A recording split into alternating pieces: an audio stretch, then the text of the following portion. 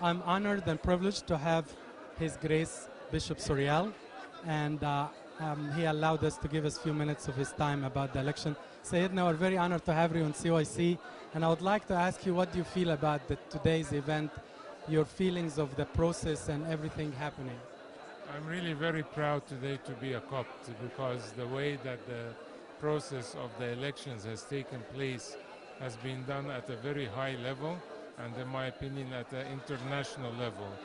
Everything has gone very smoothly, very well organized, and it's good to see that our church can do things in a very high profile and highly organized way.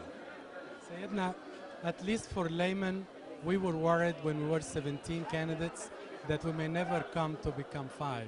How did you feel when that happened? Of course, we were all concerned and we were all praying.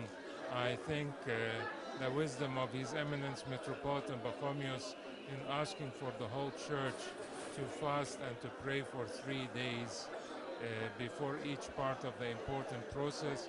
I think that the Lord heard our prayers, and that is why now all the church is happy and joyful when they heard the announcement of the 5 names. Sayyidina, you are in charge of a major region in the immigration land.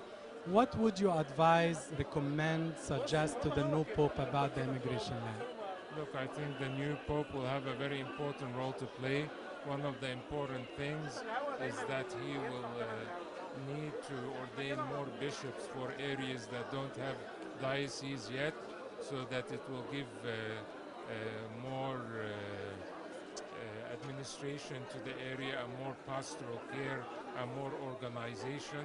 So I think this will be important. But also, I think he needs to give a lot of attention to religious education, and in particular to Sunday school curriculum and youth ministry, and how this can be organized better, because in the lands of immigration, sometimes we have needs that are different to what is in Egypt. So to have a curriculum that's suitable to us there will be important.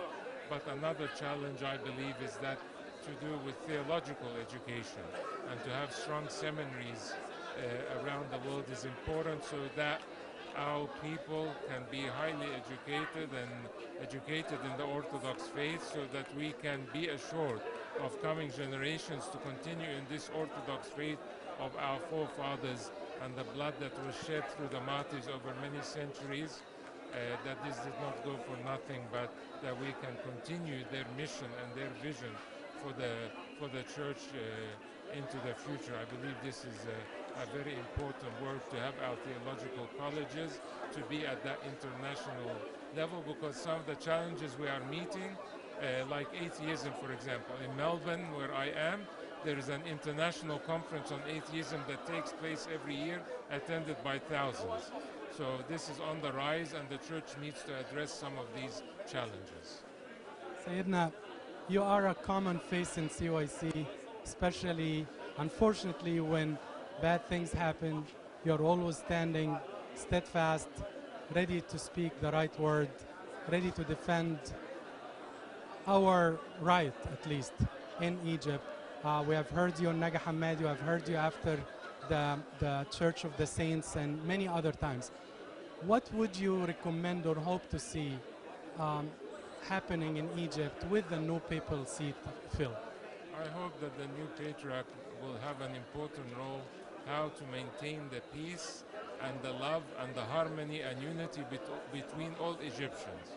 Just because someone is Muslim or someone is Christian, we are all human beings at the end, and we need to learn how to live together in a peaceful way, and not to solve our problems with violence, but to solve our problems with dialogue in a proper civilized way. This is what Egypt needs. Sayyidina, thank you so much, and please pray for us.